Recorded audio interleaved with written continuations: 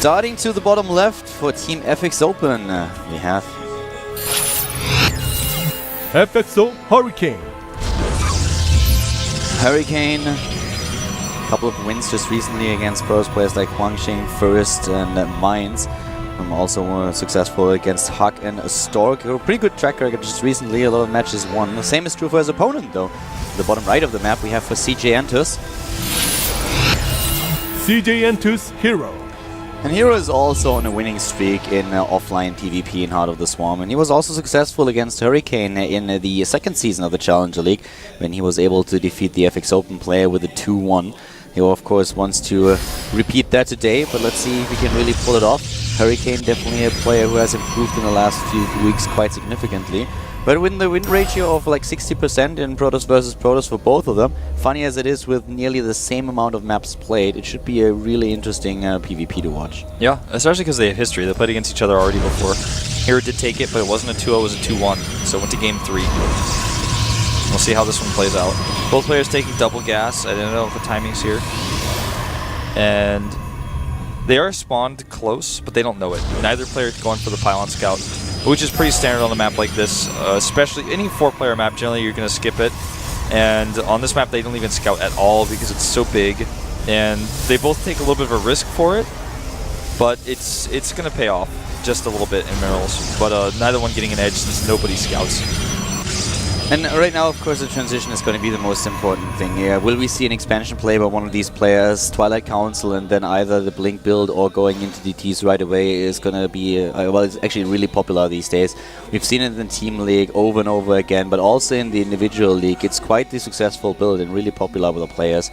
And the Scout is going to be actually the same for both of them. I expected Hero for a second to send his probe to the bottom left, but as it turns out, both of them will scout very late where their opponent spawns. The probes probably meeting each other in the middle of the map. So no idea what's going on here. And that's the Twilight Council already for Hero, as expected. Yep. Twilight Council goes down. Sentry, on the other hand, for Hurricane.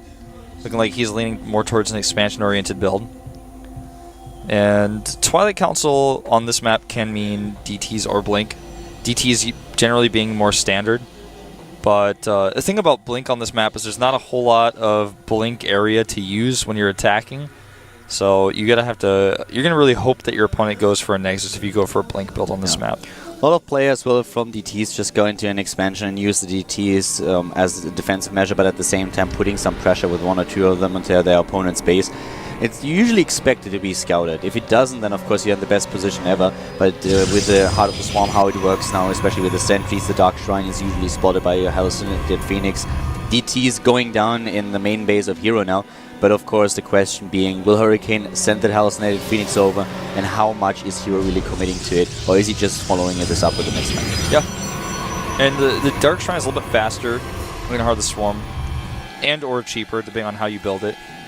So, Twilight Council goes down for Hurricane. That is not what he wants here. And yeah, that could hurt a lot. He should be able to spot what's going on and then react accordingly, but right now he does have nothing in the game that will give him means of detection, so he's taking a huge risk here. He can either go for the starport or going into the robotics, and robotics is usually what you want in PvP. Relying on oracles is something that we only rarely see by players, but it's still an option if you go into a Stargate play. We have the Robo being built regardless, but Twilight Council first here already indicating that he wants to go into an attack as well. And there's the Dark Shrine going down for Hurricane. Had he gone for a faster forward pylon, I think he could have actually just come in here and done a ton of damage if the sentry misses its force field. But as it is, the pylon is so late that he could have been warping in DTs right now, but he's not.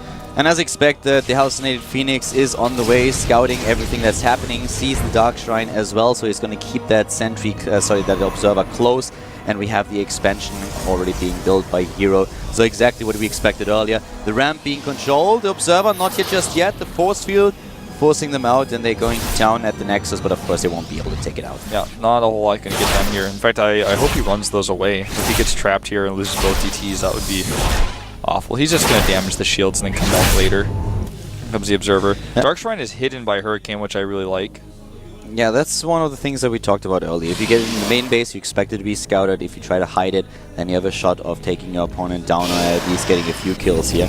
But we have another observer in the game, and this one is controlled by Hero. So it depends where exactly he's using it. And so far, he's actually making efforts to scout what's going on in Hurricane's main base, which means that he has no observer at home. And there's a forward pylon really close by. So those TTs could actually do a lot of damage. If he warps in two, goes with one to the natural, with the other one into the main base, it's going to take some time for a Hero to get an additional observer out, and that will mean probe calls, probe kills. Halfway done with that second observer.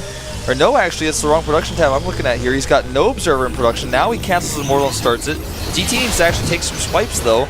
One goes down. Let's get a second one. And actually, right now, Hero is 10 workers behind. 11, 12. Losing so much here. The observer is out, but he can still actually kill a few more. Yeah, he needs to target a little bit better here. Baiting out the overcharge. And yeah, the DT is walking back, but 5 kills, that's all that he could achieve. Yeah, and of course he killed mining time, which is quite important. The harvest account, as already pointed out by Wolf, is massively ahead for Hurricane. And he has a really good position. He got the expansion a lot faster than Hero did, so the builds work out in his favor. He got his own observer right at the time when Hero had his own DT walking into, or attempting to walk into Hurricane's main base. And now all that Hurricane kind of has to do is gear up, get his production, and go for it. He's going to go for a charge timing here, it looks like. Consider also that there was a cancel on the Immortal for Hero to get the Observer out, which affects how his Immortal count is looking right now. But against the Charge Zealot type timing, it's not going to be too useful. Does mean now that he only has 1 Immortal in his Immortal drop. And 4 gates, the charge, the +1, everything is going to line up here really nicely for Hurricane to hit this attack. And I'm a little bit worried for Hero. I don't know. The thing is, if he doesn't see this coming, there's no way he's going to hold it. He does see the gateways, so he has now an idea that a timing is coming. Yeah, but even if he has an idea what's going on, it's going to be difficult for him to hold it. Force fields against an Archon are a bit questionable. I'm not quite sure what that was supposed to accomplish. Maybe it was just trying to trap the Stalker that was trailing behind, but that was way too close to the Archon. So, yeah. That was weird. I don't know why he did that, but it was quite interesting. It certainly was. It was like, oh, wait a second, they're actually going to crush force fields? I didn't know that. Well, now he actually splits a DT away from the Immortal. Doesn't get the pylon. I don't think he got more than 1 or 2 kills there with the DT either. We didn't get a shot of it. You know, I'm actually not quite sure if Hurricane is really moving out now. He's adding additional tech. I don't think he's going to do it. He could add an expansion as well, but he needs to attack soon if he really wants to make it work, because he's actually given Hero already a lot of time to get his own army in the picture. And of course, Hurricane's still in the better position, but Hero will have the defender's advantage. He will have the photon overcharge there, so he could actually just make this happen. But as shown right now, upgrades are in favor of Hurricane 2. It's just the Colossi. Will they be out in time? Will range be there for Hero? Hero is getting Archons with this. Why you got the Templar Archive, or rather Hurricane is. Hero is getting cannons and making a full wall here, which is why, you know, arguably we should have seen the attack alert, but with the Immortals in the back, you should be able to knock down that wall. Comes through with the Archon leading the charge. The Immortals trying to kite, and even though the double overcharge here, or the double time warp, he's still breaking through. Breaking through, but the Colossus is now in the game without range so far, so that's going to be a problem against the Immortals that we see for Hurricane now. The double time warp goes down, and both players really trying their best. Hero, of course, hard pressed as we mentioned before, but at this point in time, he's dancing the Immortals! He's dancing the Immortals! But is this over? It looks likely to be, as he's not able to hold his ramp. That gateway finishes, not a whole lot of production here. The Immortals just going to town at the Colossi. He's dancing even the Zealots that he just warped in that Hero doesn't even see, putting up a show for the